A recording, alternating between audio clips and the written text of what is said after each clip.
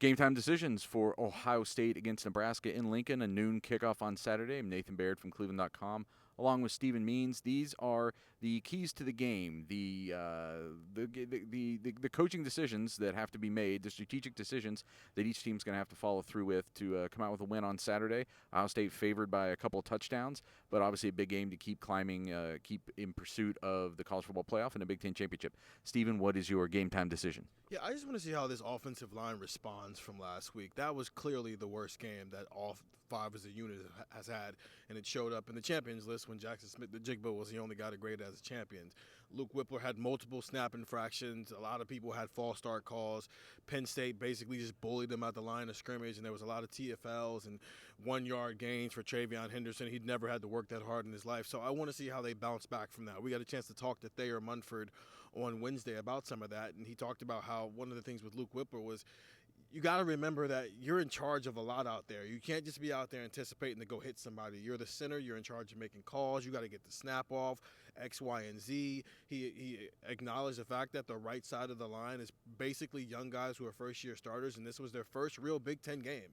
Under the lights against a Penn State opponent where the talent was equal, and it showed up. They had a lot of jitters in the first half. We heard C.J. Stroud say some of that stuff in the Minnesota game, how he got to halftime and felt like he needed to just settle down. Well, the offensive line went through that against Penn State. So I just want to see how they respond. Can they keep Nebraska from getting TFLs?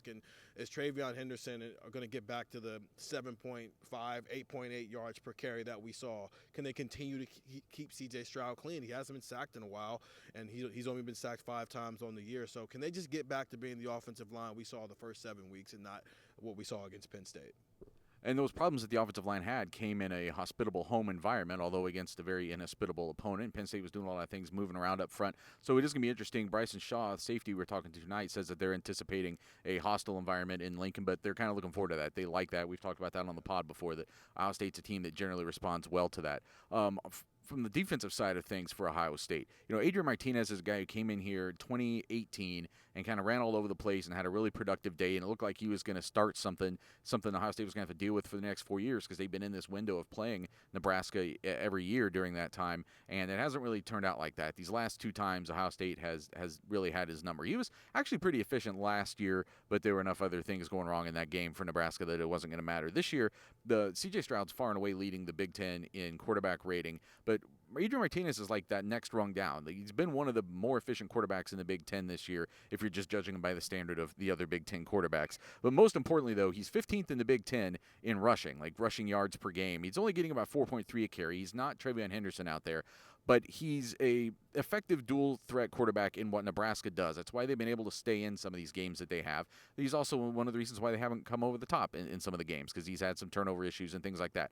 Long-winded point, Ohio State did not have a good game defensively, I thought, on third downs. I thought they could have done a better job getting off the field, interrupting some things Penn State was doing last week, cutting down those drives. They've got to, I think, have success against Adrian Martinez on first down. You've got to keep him bottled up a little bit as a runner early downs and make him have to be a thrower on later downs. That's where I think this is where this could turn into a snowball effect in Ohio State's favor. We saw that in 2019. This was a Nebraska team that we thought still had some burning embers of being something that could threaten Ohio State, and Ohio State went out there and just absolutely pulverized them on a night game, and that was kind of one of the real eye-openers that season of just how good that Ohio State team could be. This is a Nebraska team that's hung around with people. It hasn't been beating people, or at least the right people, but it's hung around with Oklahoma, it hung around with Michigan, it hung around with Michigan State.